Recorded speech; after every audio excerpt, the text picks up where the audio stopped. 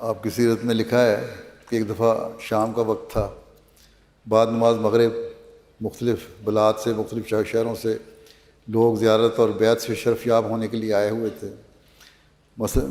مثل پروانہ حضرت پر گر رہے تھے، ایک دوسرے پر گر رہے تھے کہ قریب قریب ہوں حضرت مسیح علیہ السلام کے۔ اکثر حصہ ان میں سے دیہات والوں کا تھا۔ جگہ کی تنگی تھی اور مردمان کی کثرت دیکھ کر بعض نے کہا کہ لوگ پیچھے ہٹ جاؤ۔ جگہ تھوڑی تھی لیکن بے شمار لوگ تھے، تو کسی نے اعلان کیا کہ مرد پیچھے ہٹ جائیں، حضرت جی کو تکلیف ہوتی ہے یا حضرت مسیح علیہ السلام کو تکلیف ہوتی ہے، ذرا پیچھے ہٹ جاؤ۔ اس پر حضور علیہ السلام نے فرمایا کہ کسی کو نہ کہا جائے کہ تم پیچھے ہٹو، جو آتا ہے اخلاص اور محبت لے کر آتا ہے۔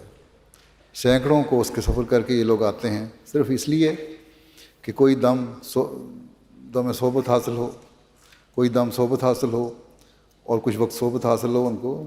ملاقات میسر ہو، اور انہی کی خاطر خدا تعالیٰ نے سفارش کی ہے اور فرمایا کہ اللہ تعالیٰ نے مجھے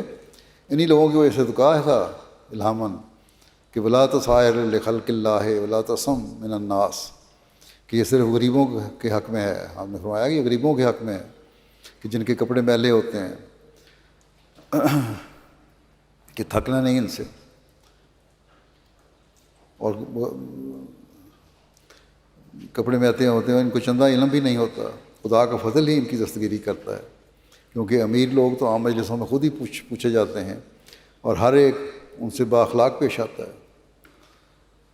اس لیے خدا تعالیٰ نے غریبوں کی سفارش کی ہے جو بیچارے گمنام زندگی بسر کرتے ہیں۔